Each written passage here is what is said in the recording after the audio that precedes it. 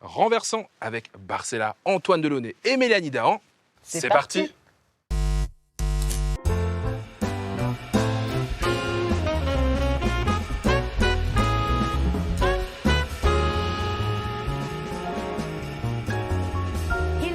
Croire que le temps passe comme il est dit dans les chansons.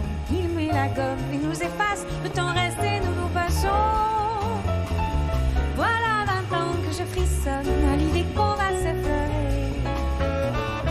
Voilà 20 ans que je m'étonne tant esquive savourer. Je vous attendais pour vous servir cette petite fraîcheur. Bien apprécié là. Moi, je suis très content que vous soyez avec nous dans Renversant, surtout dans ce lieu aussi dingue. C'est magnifique, non? Insolite.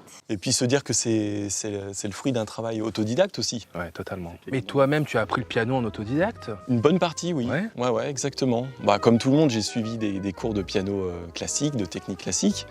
Mais comme je suis passionné de jazz et musiques actuelles, en fait, ce sont des musiques, si on veut bien les jouer en tout cas, il faut s'en imprégner et puis les rejouer d'oreille, quoi. C'est pas des choses qui se lisent sur partition. Et alors, ce petit rendez-vous qu'on vous a organisé aujourd'hui avec Barcella, Ouais. comment ça se passe? Je pense qu'on a une sensibilité commune au niveau de la chanson française et du coup, c'est très plaisant d'échanger. Alors, on a décliné la passion et on a choisi la tendresse, interprétée par Bourvil. Est-ce que cette chanson, la tendresse, on pourrait la retrouver sur ce projet sur lequel vous travaillez tous les deux, A French Songbook? Exactement. Ça nous donne l'idée en fait de l'intégrer au répertoire. Ça pourrait tout à fait rejoindre le corpus. Et bien sûr, en fait, on travaille sur deux types de chansons. La chanson, on va dire, de tradition littéraire, en fait, qui s'appuie sur des poèmes.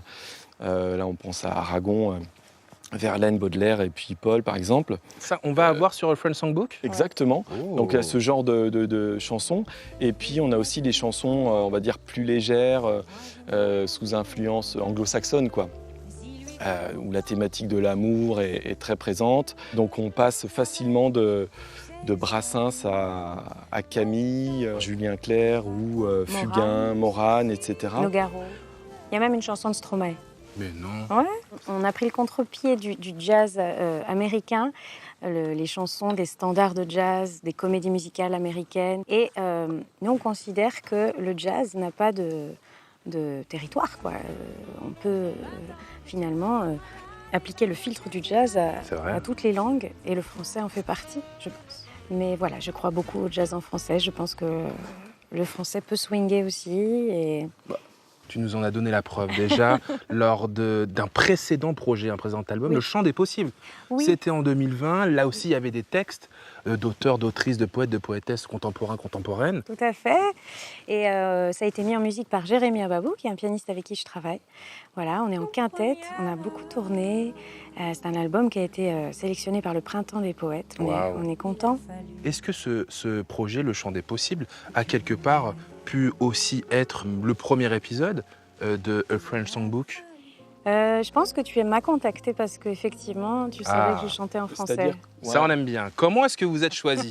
C'est-à-dire que moi, j'étais à la recherche d'un chanteur, d'une chanteuse pour répondre à une invitation dans un festival qui avait une couleur assez vocale, une édition assez vocale.